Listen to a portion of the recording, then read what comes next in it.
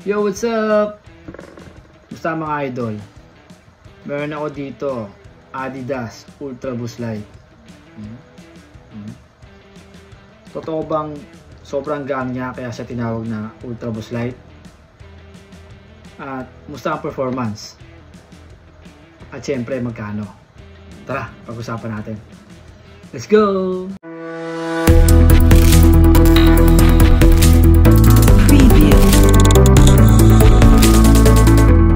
Adidas Ultra Boost Light. Nirelease siya last year, 2023. Then, ang sinundan niyang model is Ultra Boost 22. Actually, Ultra Boost 23 to. Pero tinawag nila na Ultra Boost Light. Then, meron siyang heel stock height na 30mm. Then dito, meron naman siyang toe stock height na 20mm. Kaya meron siyang heel to toe drop na 10mm, which is sobrang laki, sobrang taas. Then yung ginamit na tela is knitted, yung parang rubberized. If you know yung mga NMD na shoes, yan, yun yung gamit niya na tela. Parang flexible siya, elastic. Then galing siya syempre sa Ultra Boost na family. Yung midsole na ginamit sa kanya is yung Light Boost. Then syempre yung outer sole is yung Continental na rubber. Then yung inner sole niya matatanggal, removable siya. Then yung dahil nga knitted yung ginamit na tela sa kanya, medyo hindi siya breathable kasi masikip. Kumbaga yung paa mo iniipit niya. Tapos yung tela ay yung dila niya is nakadikit na mismo dito sa ano. Kaya hindi siya, pag tumatakbo ka, hindi siya gumagalaw kasi nakafix na siya dun sa mismong sapatos. Parang NMD nga. Usually mga NMD na sapatos na ano, ganun, mga Ultra Boost.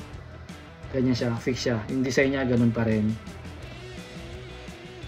Hindi rin pala siya carbon plated.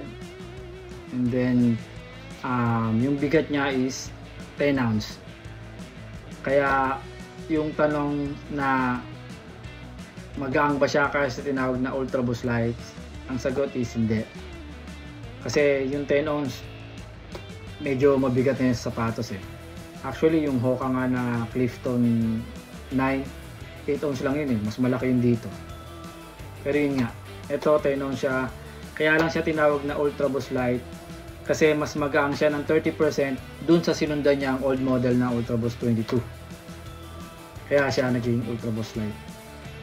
Pagdating naman sa durability nung dito sa Tomo sa loob, if ikaw yung tao na gusto mo yung pag nagsusot ka ng sapatos naka-intact siya, yung hindi siya gumagalaw sa loob, yan, dahil dun sa knitted na gamit na tela, nakaipit yung paa mo dun at talagang hindi siya gumagalaw. Ang problema lang, dahil nga knitted siya, hindi siya breathable. Pag ginamit mo siya ng mga long runs na, mga long distance, yun, mainit sa paa.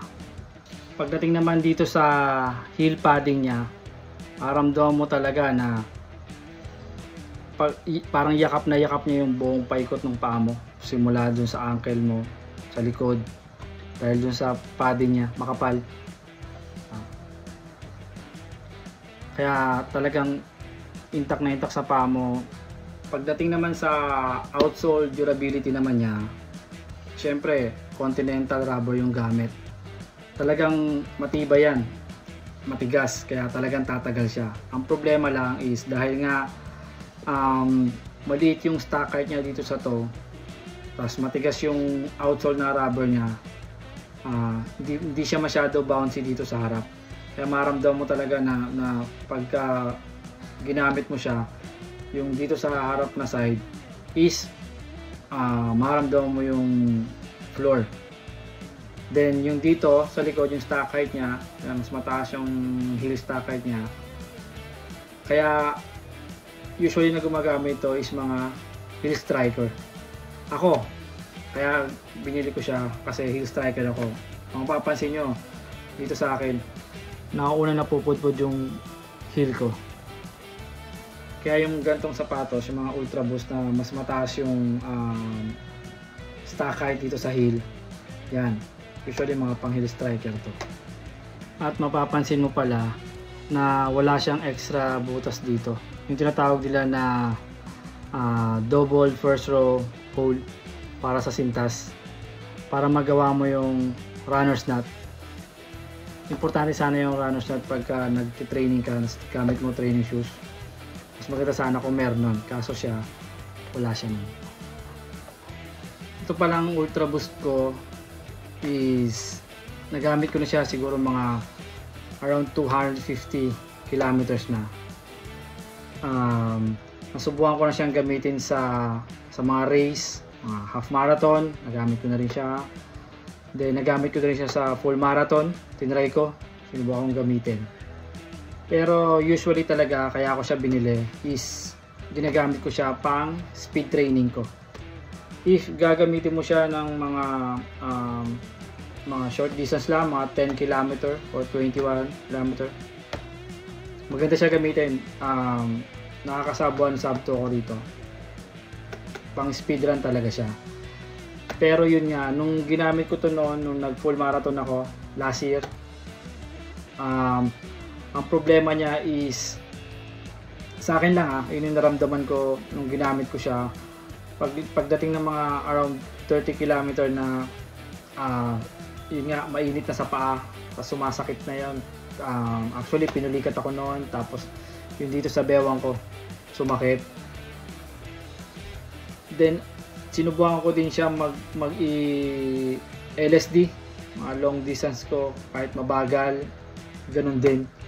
Hindi din siya okay sa akin pag mga long distance kasi habang tumatagal nga, mainit na siya sa paa, tapos sumasakit yung pinupulikat ako na paggamit ko siya.